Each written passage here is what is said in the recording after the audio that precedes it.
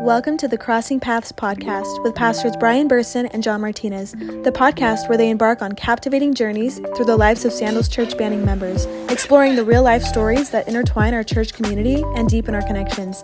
Thank you for listening and enjoy the show.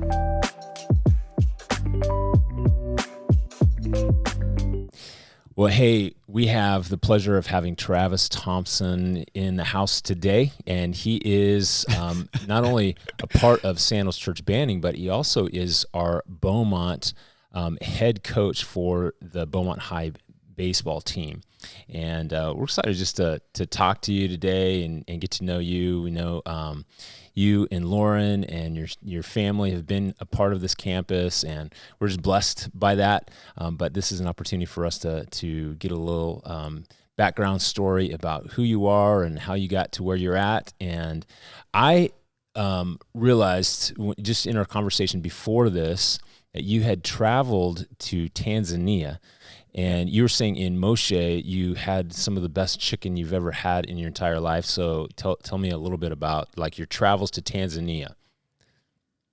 First of all, happy to be here. Thank you for having me. It was at this place called the Taj Mahal in the middle of Moshi, and I don't know how they seasoned it, but it was just like you go to those like small mom and pop like taco shops. Those are always the best tacos. Mm-hmm. It was kind of like that hole in the wall kind of place. I mean, I guess every little restaurant there was kind of a hole in the wall if you compare it to what we have here. But like we're sitting out on the sidewalk and they're cooking the chicken right there, and then we had a big group of people. We had like maybe 15, 20 people with us, and they brought it out, and I absolutely devoured it. I was like, I don't know what you put in this chicken, but it's great. Even people like they were full and they were done with theirs. I was like, pass it over. I'll eat it. That stuff was so good. I've never found chicken that has matched it since. The reason I brought that up first is because I'm going to Tanzania with a team from Sandals in July. And so I was going to pick your brain a little bit, maybe even after this, about kind of your experience in Tanzania. Tell us, you went with Vanguard. Yeah, I went with the athletics department. We did a missions trip right after I graduated. Wow, that's cool. And it was all athletes. Our leaders were the men's head basketball coach and the women's assistant basketball coach.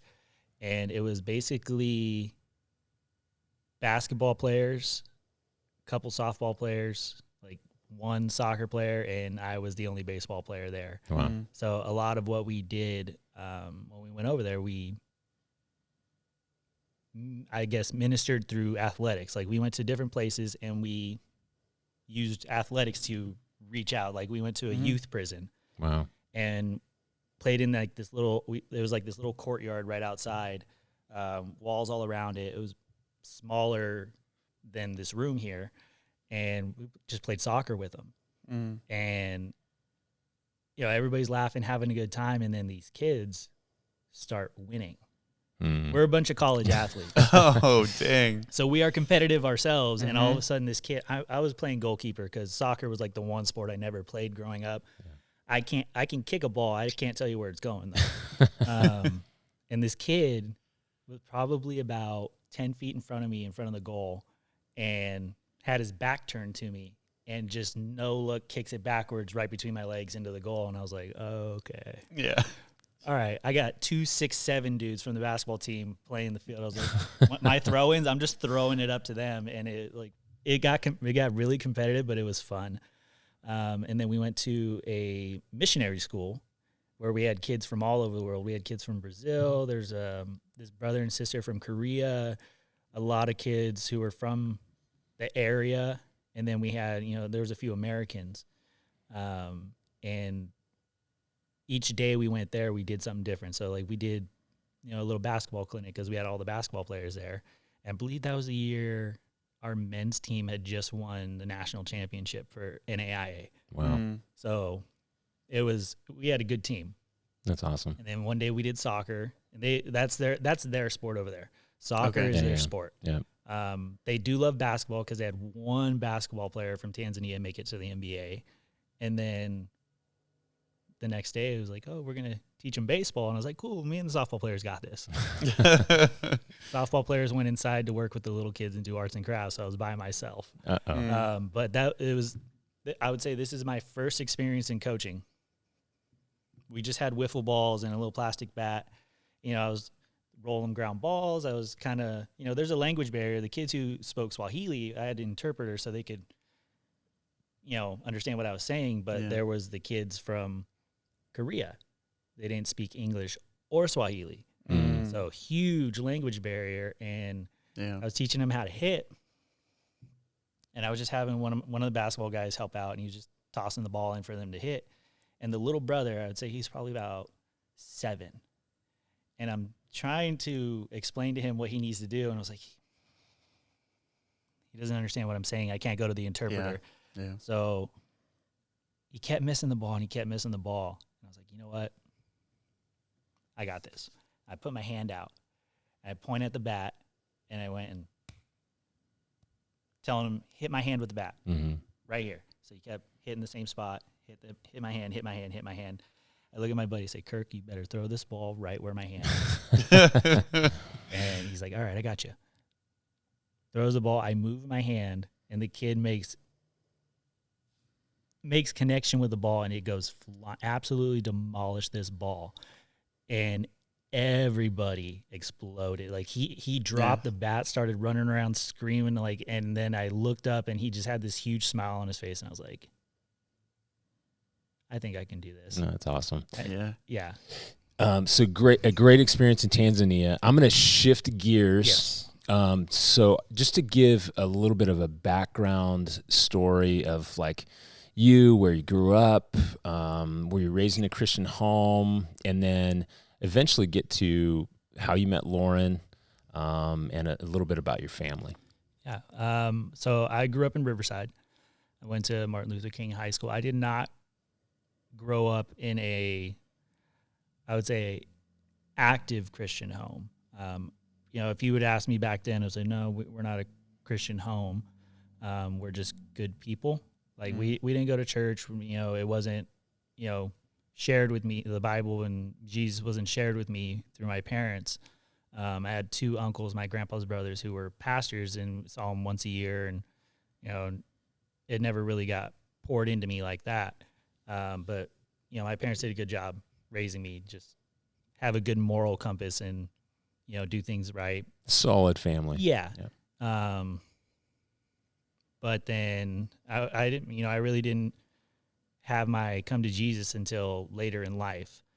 And, I'd always, I had friends who were going to church and everything like that. And, the only times I was in a church was at a wedding or, a funeral. And, I had one girlfriend who was Catholic back when I was in high school, and I went to the Christmas service on Christmas Eve with her and her family, and it was 3 hours long, and I was like, oh boy.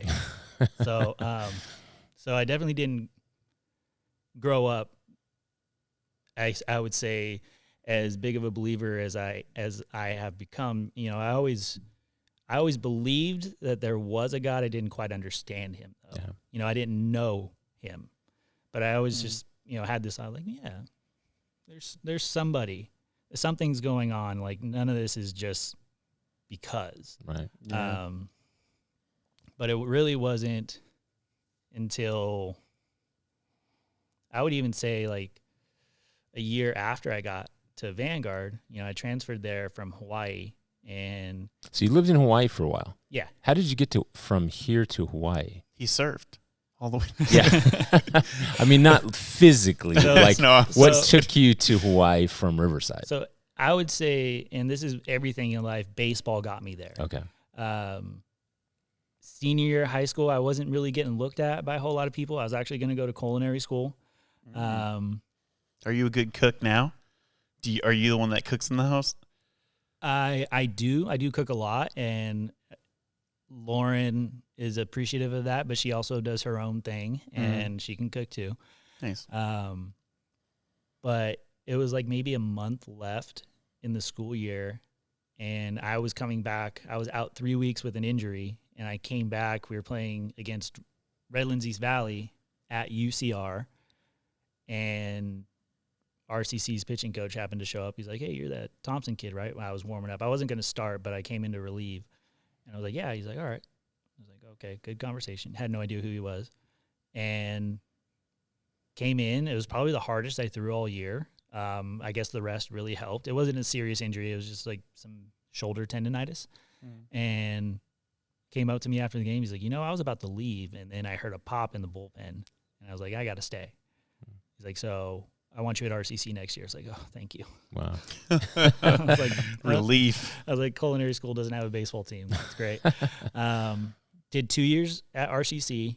Pitching. Pitching. Okay. Yeah. I became a PO, as we call it in the industry, pitcher only, my senior year of high school. Well, best pitch. What was your best pitch? It changed all the time. Really? Yeah. What was your fastball what was your speed? High school, I would say I probably threw maybe 83. That's good. Not in the league I was in. We had two guys at Norco throwing 92 and 95. Ooh, so dang. That's fast. It got me to college though. And then I naturally got stronger. And I would say the fall of my freshman year, I was throwing 88, and then kind of plateaued there for a little bit until I started working with this guy in the off season, Tom House. And he really taught me about mechanics and how I should work out and stuff like that. And then by the time I got to Hawaii, I was probably 89, maybe touching 90. Could you doctor the ball, like throw some knuckleballs and sliders? So a knuckleball I could never throw. Okay. Still can't. But I have every other pitch that anybody's ever thrown, I have thrown successfully in a game at least once. Wow. Even a screwball. I was playing men's league and I figured out how to throw a screwball, and I threw it once successfully, but knuckleball I can never do. But I did learn through various pitching coaches how to doctor up a ball without using, the big thing is like the sticky stuff, the pine tar, spider tack that everybody's getting in trouble for these days. But he taught us like, hey, if you have a scuff on the ball, you can use that to make the ball move more. And I was like, oh, cool. So anytime I had a ball with a scuff, I wouldn't throw it out. I was like, give me that ball. I need that thing to move. It's amazing. Like there's a science behind it. It really is. Right? A scuff. I was a decent kid in science classes, but when it came to the science of baseball, I am an A+ student. Nice. So I learned a lot with pitching, and I kind of just dove in. And I was like, if I'm going to be a pitcher, I'm going to have the most knowledge I can about pitching, including what ball I can use. If an umpire doesn't throw the ball out, use it, because I can use it to make my ball move more. And that's what I relied on more than velocity was movement. My fastball still moved a good 15 inches. That really makes a difference for the batter. Yeah. And it's hard to hit a ball that's moving a lot. And, I have players that I've coached and players that I've played with ask me all the time who my favorite pitcher is. And I'll say Nolan Ryan. Nolan Ryan is my favorite pitcher of all time. The guy threw hard. But when they ask me who the best pitcher of all time is, I don't say Nolan. He's the all-time leader in strikeouts, Cy Youngs. He has the record for most records held in Major League Baseball, including most walks in a career. So, pitching is, if you have the most walks all time, you're not the best pitcher of all time. Sorry, Nolan, if you ever see this. These are fighting words. Yeah. Nolan is a regular listener, so. But I tell him the best pitcher of all time, in my opinion, is Greg Maddux, because the guy could put any one of his pitches at any given location anytime he wanted. And he has some crazy stats that, I would say, walks were almost non-existent with him. If he walked you, it was most likely intentional. He was just purposely staying away from you because you were a dangerous hitter. But he relied on location and movement. He didn't, early in his career, I think he threw 95. But, when he was older, 88 miles an hour in the big leagues is nothing. But he got the job done because he could locate and his ball moved. So you can definitely tell you're a student of baseball, yes, in addition to being a player in baseball. So you went from RCC to Hawaii. I was a walk-on at Hawaii. Okay, so how many years in Hawaii? Just the one. And what life in Hawaii? Just kind of quick synopsis, what? It was what they say. Everything goes on Hawaii time. Everything's laid back. Yeah. There's not a huge hustle and bustle. I mean, there's rush hour in Waikiki. I learned that the hard way, but that's where all the tourists are, so that's why. Yeah, that makes sense. But everything's laid back. I loved living there. I love just laying back and being able to just hop on my moped and 5 minutes I'll be at the beach and just relax. Did you surf while you were out there? Yeah. Yeah. Actually, I learned to surf before I left for Hawaii. On purpose? I had a buddy who surfed, and he took us to San Onofre. And probably the worst place to take some newcomers, because I had a buddy who was coming with me to Hawaii. He took us out there. Probably the worst place to take newcomers to surfing. Walking into the water, it's nothing but rocks, so that hurt. And then bad day for waves, and so we literally mostly just sat on our boards and bobbed in the water. There was a couple waves I tried, was unsuccessful, so I didn't even stand up on a board until I was in Hawaii. It was like one random day. We were just, college kids. We had an 8 a.m. class, and we looked at each other like, let's not go to class. Let's go surf. I was like, yeah, that's what we do in Hawaii. We surf. Yeah. And so we went down, rented a couple boards, and it was literally first wave.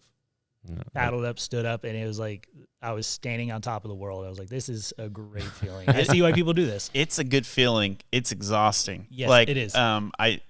I taught myself to surf, but I stopped because it was just like, this is insane, like how hard it is as far as constantly getting out there. Yeah. It's a workout.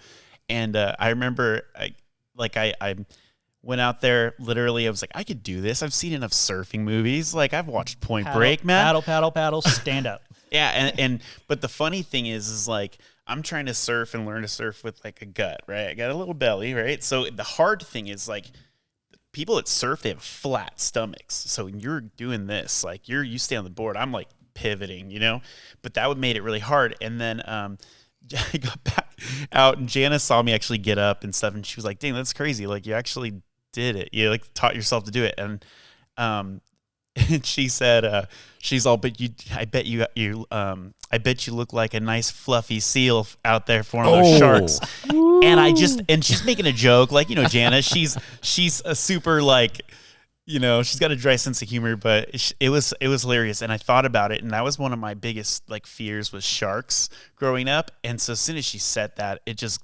messed me up. And I was like, I'm not going back out there. Yeah. I was like, no more seal John is going out there. Yeah. So yeah, it's fun. John the Seal does not exist anymore. Nope. He got out of the water, man. Okay. Tired. From Hawaii, you came back to the States. Yeah. I mean, obviously, mainland, I should say. And so then tell me a little bit about like how you met Lauren, how that relationship started. So I was originally going to go to Chico State. I have family up there. The coach wanted me, and I went all these different places in that off season after I left Hawaii to find a place to play. Cal State LA said no because of who I work with in the off season. They didn't like Tom House. San Marcos didn't even give me a shot. Chico did. They liked me. It's a lot cheaper to go to a state school, and I was like, okay, I got family up here. Chico's a nice area. But Vanguard wanted me. My summer college program, our home field was Vanguard. So he was going to be the new head coach. I never went to Vanguard before because of, I didn't necessarily agree with the coach that was there at the time. And I gave him the courtesy to call him. I was like, hey, I'm going to go to Chico. It's going to be a lot cheaper. I have family up there, but I appreciate the opportunity, and, you give me the look. And he told me, it was like, well, if we can make Vanguard cheaper, we will. He's like, I know your best friend goes here. You got family down here in SoCal. We're close to the beach like Hawaii, so it wouldn't be a huge difference. And I was like, yeah, you're making good points. And then he offered me like I want to say it was like 65, 70% athletic scholarship. Dang, that's good. So that helped out a lot. And he's like, and we see you being our day one opening day starter on the mound. And I was like, oh, starting. Okay. I haven't done that since high school. That's like, convincing okay. right there. Last 3 years I've been sitting in the bullpen, but starting, okay, yeah. And then I chose Vanguard. And then I would say officially met Lauren probably September that year. And, when I got to Vanguard, I was like, I'm here to play baseball. It was like, I'm not looking to, date any of these Vanguard girls. Like, They're trouble, man. Yeah. And I was like, I'm here to focus on baseball. And I met her in like September through a mutual friend. It was a teammate of hers. So when I first got there, some of the first few friends I made were a couple of basketball players who had just transferred in, and then a couple of the softball players who were dating those basketball players. And through them, I met Lauren. So Lauren also was an athlete, and she played softball. She did softball her first 2 years. Okay. And she had a shoulder injury, had to get surgery. And, to this day, her shoulder's still not the same, but it hindered her ability to play. And I think she just kind of fell out of love with softball. I think she was over it. And she stopped playing softball. But then she just jumped over to the track team. Never did track. Wow. But she was like... So she's a natural. Yeah. She's got natural athletic In high ability. school, she did soccer, water polo, cheer. Wow. A little bit of basketball. Like she did all of them. But softball was what got her to Vanguard, and then she joined the track team. She pretty competitive. She can be. Okay. Yeah, which is So you never go like miniature golfing with her, because she might show you up. We have before, and I think she has beat me at mini golf before. He's throwing his clubs in the water. I think she's beating me at bowling too. Dang. I'm sorry, Travis. It's all hard. Right. It's all right. It's a humbling experience. It is. It is. I thought I was better than I was, I guess, but she's better than I thought I was too. But it's good to know that our kids will have some kind of competitiveness. Yeah, you got it in the genes, man. So it was, so September we met, and then we talked for a little bit, and I was trying to play it cool. It was like, I came from Hawaii, big D1, not big D1, but D1. And, blah, blah, blah. I played baseball, and it wasn't working. Not having it. She wasn't impressed. No, she was not. Yeah. And I mean, she had already been there, that was her sophomore year. And she had already, she knows the previous baseball players. So I got, put in that box. I'm baseball player. Okay. And I was like, I gotta mix it up here. And I was like, okay, time to be myself. And we've just started being goofy and making her laugh, and found out we like a lot of the same things, music and everything like that.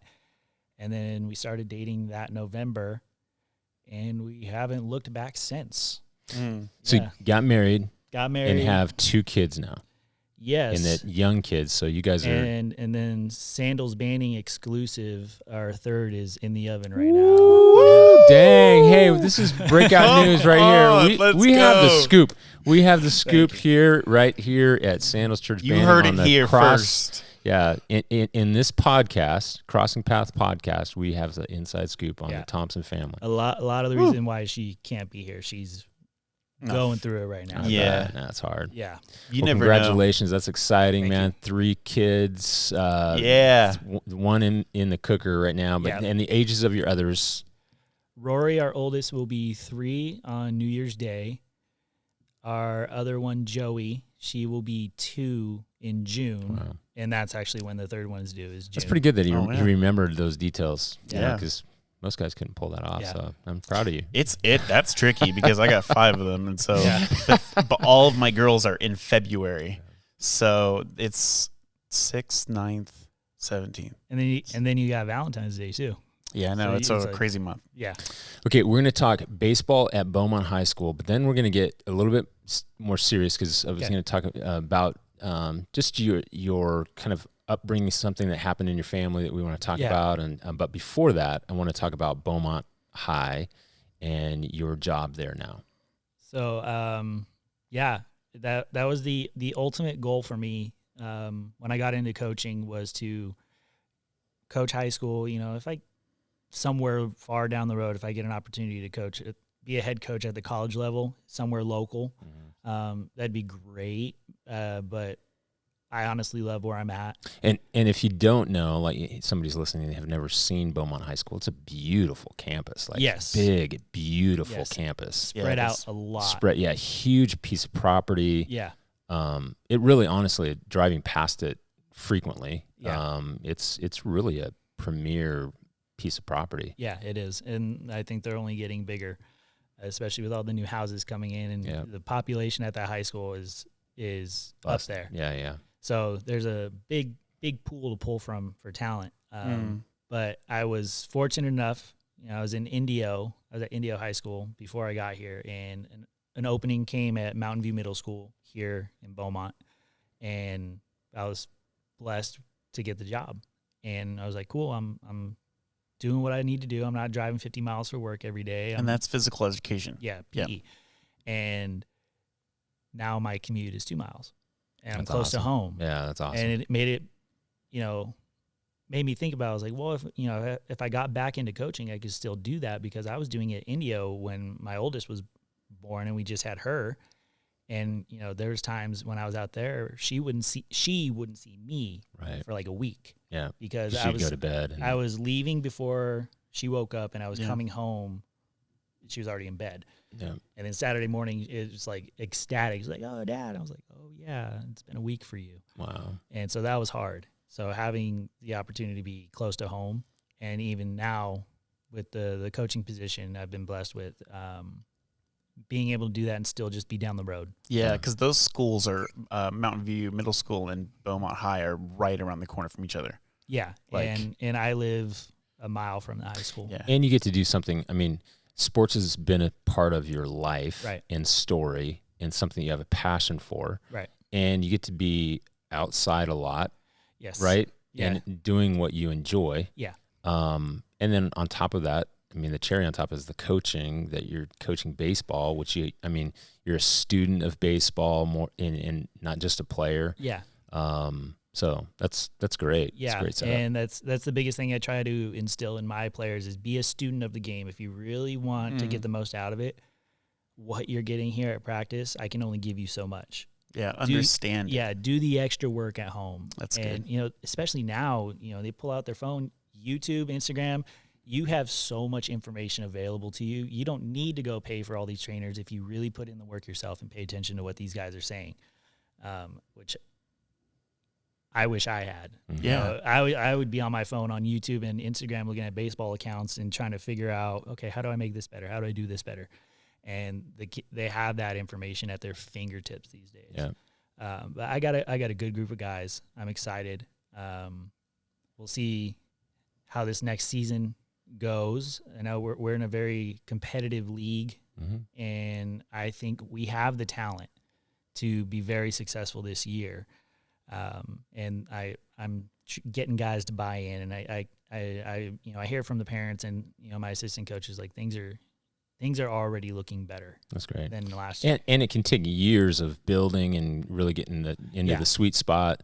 But it's great to start off with talent. Yeah. So yeah. Well, also, Lauren is an elementary teacher. Yes. At the elementary school right around the corner from those schools. Her elementary school is right across the street from the baseball field. wow. Yeah, it's That's awesome. What a setup. Yeah. That's great. So What grade does she teach? She's first grade. Okay. Yeah. Awesome. She got the little ones. That's cool. So fun. Okay, I'm going to change topics because you brought up at a fairly early age your father passed away. Right. Which I can only imagine. How old were you at the time? I was 18. Okay, so at 18 years of age, a young, impressionable man, the most important male figure in your life passes away. So how did he die? I haven't gotten the clear, what exactly had happened. I have my assumptions, and it's safe to say it was a heart attack. Now that I'm older. Totally unexpected, though. Right. Okay. He had one before when I was 13, but it was mild, and hadn't had issues with it since. Yeah. And it was just it was over Christmas break, my freshman year at RCC, and I had left to go to the Branding Iron with friends, and I got the call from my brother on the house phone. It's like, first of all, my brother nobody calls me on the house phone. And I answered, it's my brother. I was like, my brother never calls me. He said, you need to come home. Wow. I was like, I just got in. Like, what do you mean? He's like, no, you need to come home. Like, okay. And pulling up to my house, I see sheriff parked outside. I see my grandparents' car outside. And I was just like, okay, what is going on? and park the truck, get out, and it was the first time that I'd ever seen my brother in tears. Mm. And He's older or younger? older. He's 6 years older. Okay. And, like a Band-Aid, he just had to get it out. He said, Dad's gone. Mm. And I lost it. And then I see my grandpa behind him in tears. My grandpa was in the Marines for 20 years. Wow. Career military. And that's his son. Mm-hmm. Okay. His youngest. And the toughest man I knew. Mm. Like I don't even think, I used to think he didn't even have tear ducts. Like he was that tough. Yeah. And I see him in tears, and it was just like, it's all hitting me. Like, this is real. And I ran inside. My entire family's there. Everybody's in tears. And I don't see my mom, and I'm just yelling, "Where's Mom? Where's Mom? Where's Mom?" And she's sitting on the floor in the kitchen crying. Mm. So it was rough. And the first thing, at the time, I was 18. I just didn't want to be in the house at that time. And I've been blessed to have some amazing friends in my life who I met through baseball. So the first person I called was my best friend, Michael. He was my catcher all through high school. He was going to be my catcher that year at RCC. Wow. He's best man at my wedding. I was best man at his wedding. That's the guy to call. Mm-hmm. And he just said, "Get over here." So I drove to his house and opened the door, just grabbed me and just hugged me. And I don't know if he knew exactly what he was doing, but he made the best call that he could have. And while I was driving over there, he had called my teammates from high school and at RCC, the ones who I was at Branding Iron with, and had them all come. Wow. And so it took my mind off things because I had my guys there, and they knew exactly what to do and what to say in that situation. And I was very fortunate for them, and I was very fortunate to have Michael make that call. And it was what I needed at the time. And I almost walked away from baseball because of it. And my coach at RCC was like, "Hey, you take all the time you need." But my dad instilled in me, you don't ever quit. Yeah. And I knew that if I were to quit baseball, one, I don't know what path I'd go down. But I knew that when I met him on the other side, I was in for A it. tongue lashing. So I knew, again, baseball, I would say saved me in that moment, because I knew, I can't quit. Yeah. Now I'm playing for more than just myself. I'm playing to show people what my dad turned me into. And because, I am who I am because of him. Yeah, you're a huge reflection of your father. And so I use baseball as my platform, as kind of my process for working through that. And, to this day, I still, I have my moments where I think about it and I break down and just bawl my eyes out, which can be healthy. Yeah, absolutely. I've learned that as I get older. So if you younger people cry, it's healthy for you. Young whippersnappers out there. Yeah, it's okay to cry. And, like wedding day, my dad missed out on that. Yeah. And, my family, my people, my tribe, I guess, did everything they could to make it a memorable thing and still remember him. Yeah.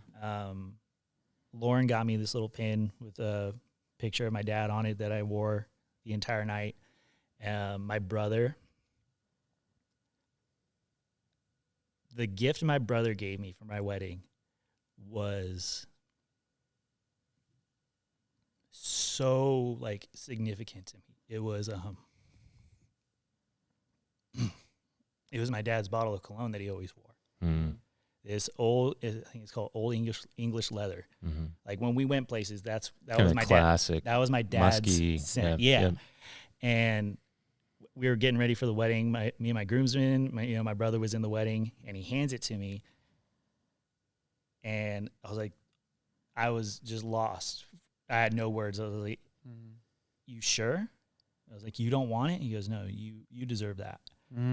Every now and then I still splash some on. And even my buddies, I grew up playing baseball with, I opened it up and I threw it on, and my buddy Ryan, he's just like, I know that smell. Like, your dad always smelled like that. Like, his truck always smelled like this. I was like, yeah, this is my dad's scent. It's funny how scents bring you back into places. Yeah, and so even my boys dabbed some on for the ceremony, and I was like, all right, cool. This is awesome. And there's other moments that I wish my dad could be here for. Like, I just absolutely know he would absolutely loved my daughters. Yeah. He would have loved Lauren, especially with how competitive and sometimes feisty she can be. I know they would have had a great relationship. Yeah. And it took me a while to process, he's not necessarily missing it. Yeah. He's just not here physically to be a part of it. But I know, when the day comes and I'm, meet up with him again, we're just going to talk about it. He's like, hey man, back in, that fight you had with Lauren back then, he's like, you were wrong. You were wrong. And I know it's like, and that's how I get through things like that, is like, how would my dad handle talking to me about this kind of stuff? And I kind of have that internal dialogue, and I imagine what my dad would say based on, my life growing up. How would he be talking to me about this? Yeah. Would he be proud of me in this moment? Would he be, a little disappointed to be in this moment? And so that's kind of been my guide, is him. And then, one of the harder things, especially when I came to find God, was, I started to have doubts. I was like, well, we didn't go to church. My dad didn't talk about God. And, after I got baptized, I was talking to my mom about it, and, with tears in my eyes, I was like, was Dad saved? And she just looked at me with tears in her eyes. She's like, yeah. It's like, when we had you guys, we became so busy with sports, with your brother, your sister, you. I know it wasn't a big part of our lives at that moment, but yeah, she's like, actually, your Uncle Kenny was the one who baptized him. Wow. I was like, oh, thank God. Wow. And it kind of gave me that little bit of relief. Yeah. But yeah, it's, I miss him all the time. Yeah. And, big moments come up. I'm like, He'd be proud of knowing that you became the head baseball coach at Beaumont High. And yeah, I know he would be. Yeah. So. Well, there's a lot more we could talk about, but maybe for another episode, especially as you're continuing your career and as we get to follow kind of Beaumont High and the baseball team there and your family. We're just super grateful for your time, and super grateful that you and Lauren and your kids are a part of Sandals Church Banning. Yeah. Usually how we wrap things up is John and I just have an opportunity to close in praying over you. Right. So let me go ahead and do that. Lord, I just thank you for Travis, and I thank you for his life and story, and I thank you just for the opportunity just to hear just some of that, Lord, just the journey that you've taken him on. I thank you for Lauren. I thank you for bringing those two together. I thank you for just the testimony and witness of that. I thank you for taking him through hard things, losing his dad at 18, and the influence that his dad has left, Lord, as part of his legacy in their family. I thank you for the work that you're doing in him as a part of, Lord, the community of Beaumont. And I pray, Father, that you would use him as a beacon of light. Let his light so shine before men that they might see his good works and glorify his Father in heaven. And bless their family, protect them, prosper Lauren, too, as she teaches those little ones in first grade. And I pray that she just love her job, love this season of life, be blessed in her marriage and with her kids.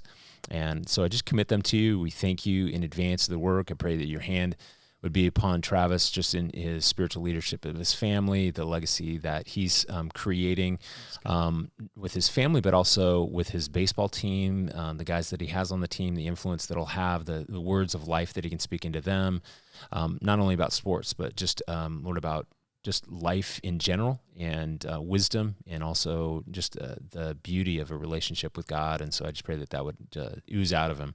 So we commit it to you. We thank you in advance for the work you're going to do, and we pray these things in Jesus' name. Amen. Amen.